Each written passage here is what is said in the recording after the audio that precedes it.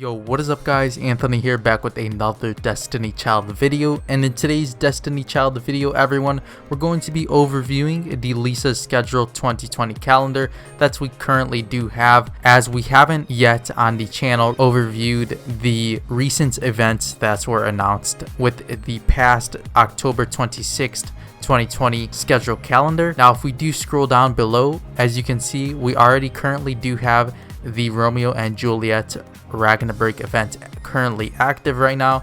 We also do have the World Boss Ziva event coming right after the November 19th maintenance. Now the two new events that were recently announced was actually the Cain Ragna break. As you can see, it'll be coming after the December 3rd maintenance break. And we also do have the Snow Issue narrative dungeon that will be coming alongside the December 17th maintenance. Now in today's Destiny Child video, we'll be overviewing the Cain Ragna break event, as we haven't yet dove into the units that will be included with his Ragna break, and in a separate video we'll be overviewing the units that will be coming with the Issue narrative dungeon, of course. Now do stay tuned for that video, and if you guys haven't yet seen my overview on the World Boss Ziva event, I'll be sure to link the video in the top right of this current video so you guys can go check it out if you would like. Now of course, we already did overview the Romeo and Juliet Ragna break event, as it currently is going on like said before. Now actually just yesterday the double mileage did start for the House of Reincarnation, so if you guys are interested in doing some HOR pulls, feel free to do so with the 4-star option, as you do gain double mileage currently in the House of Reincarnation. But anyways everyone, without any further ado, let's dive into the units that will be coming with the upcoming Cain Ragna break after the December 3rd maintenance. Alright everyone, so the first unit of course coming with the Cain Ragna break is no other than Cain, the fire type attacker 5-star unit. As you can see the tiers here on the Japan tier list, we of course do have PvE tier 8, PvP tier 9, Raid tier 7, and World Boss tier 8. Overall, across the board currently in Japan, Cain is an amazing unit, and I'm expecting the same when coming to the global version, of course. As for his auto attack, we do have 113 auto attack damage to the target. For his tap skill, we do have 492 damage to target, and we also do have plus 20% debuff evasion, increase evasion rate against harmful effects for 14 seconds to self. We also do have his slide skill here, which starts out with 958 damage 3 times to priority any debuffer enemy. We also do have 530 ignore defense damage 3 times to priority any debuffs enemy.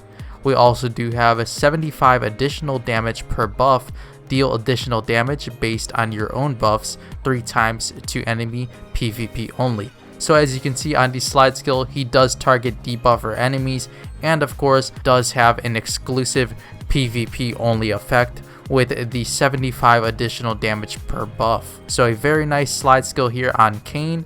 We also do have his drive skill, of course, which does include 2600 damage to 4 random enemies and 200 additional damage per buff, deal additional damage based on your own buffs to 4 random enemies. And as for his leader skill here, we do have plus 12% drive skill damage, increase final damage of drive skills to all fire type allies.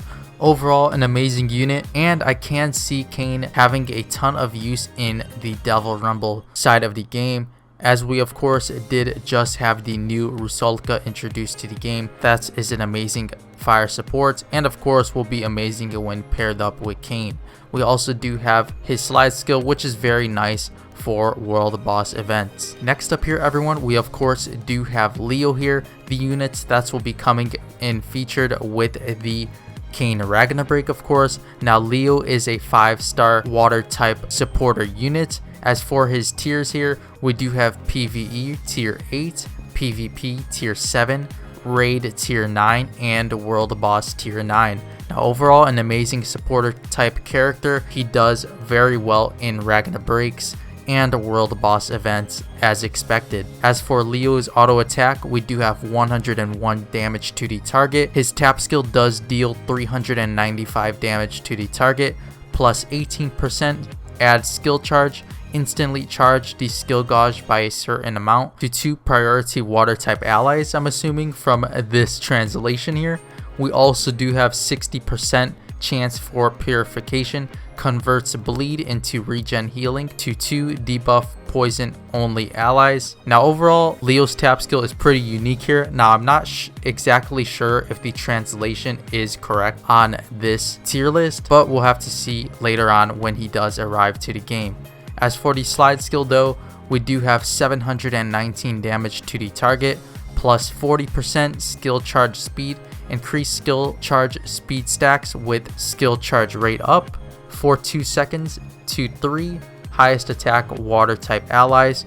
We also do have plus 25% weak point attack, increased damage of weak point attacks for 2 seconds to 3 highest attack water type allies. And we also do have plus 50% slide skill damage, increased final damage of normal skills for 2 seconds to 3 water type highest attacker allies, raid only. Now his slide skill does seem amazing. Now I'm not exactly quite sure if the times on the effects are correct here, but basing it off the percentage that your units do gain within the skill charge speed, weak point attack, and slide skill damage from Leo's slide skill is pretty nice for a slide skill ability. And as you can see, the plus 50% slide skill damage is exclusive to Ragna breaks only. As for Leo's drive skill here, we do have 1860 damage to 3 random enemies. We also do have 285 regen, heals HP every 2 seconds for 16 seconds to 3 lowest pure HP allies. And we also do have plus 80% normal skill damage for 20 seconds to water type highest attacker allies, Ragna break only. As for the leader skill here, we do have plus 15% weak point attack, increased damage of weak point attacks to all water type allies.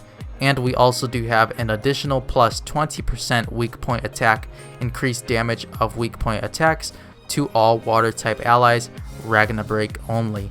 Now overall, Leo has an amazing kit, of course, for those Ragna break and world boss trials, as he does buff your water type attacker allies a ton, specifically of course from his slide skill and leader skill as well. Now overall, a definite unit to summon for when the Cain Ragna break does roll around. Now of course, the Cain Ragna break is a bit away, coming on December 3rd with the maintenance of course, but I still did want to go over the units as I haven't yet had the time to post these new events that will be coming to the game not too far away. But anyways everyone, that'll do it for today's Destiny Child video. Now before we end it off, I did want to showcase the live 2D animations of Cain and Leo. Now first of all, here we do have Cain here featured on the screen right now for one of his live 2D animations and costumes. And here of course is a second live 2D animation of Cain as well. And here is Cain's human pact maker skin. As for Leo, here is the animation of before awakening Leo. So this is how you will summon Leo of course. Next up here we do have the awakened version of Leo as well. And here is one of Leo's costumes. And here is an additional Leo costume as well. Now I'm not quite sure which costume will be obtained from where, but of course there are all of his outfits for the character of course. But anyways everyone, that'll do it for today's Destiny Child video and our overview on the upcoming units that will be featured with the Cain Ragna break event. Now of course this event is rolling around on December 3rd, so of course you do have some time to prepare for this upcoming event. Now do stay focused as we currently still do have the Romeo and Juliet Ragna break active, and we'll have the Ziva world boss here in just a few days after the November 19th maintenance. But anyways everyone, make sure to let me know in the comment section below what you do think of the upcoming Cain Ragna break and its units that it does bring alongside with it. But before you go everyone, if you did enjoy today's Destiny Child video, make sure to leave a like on this video of course, and if you guys haven't yet done so already, make sure to subscribe to the channel if you're enjoying the Destiny Child content and of course would like to see more of it. But with all of that being said, I'll see you all in tomorrow's Destiny Child video. Thank you all so much for watching.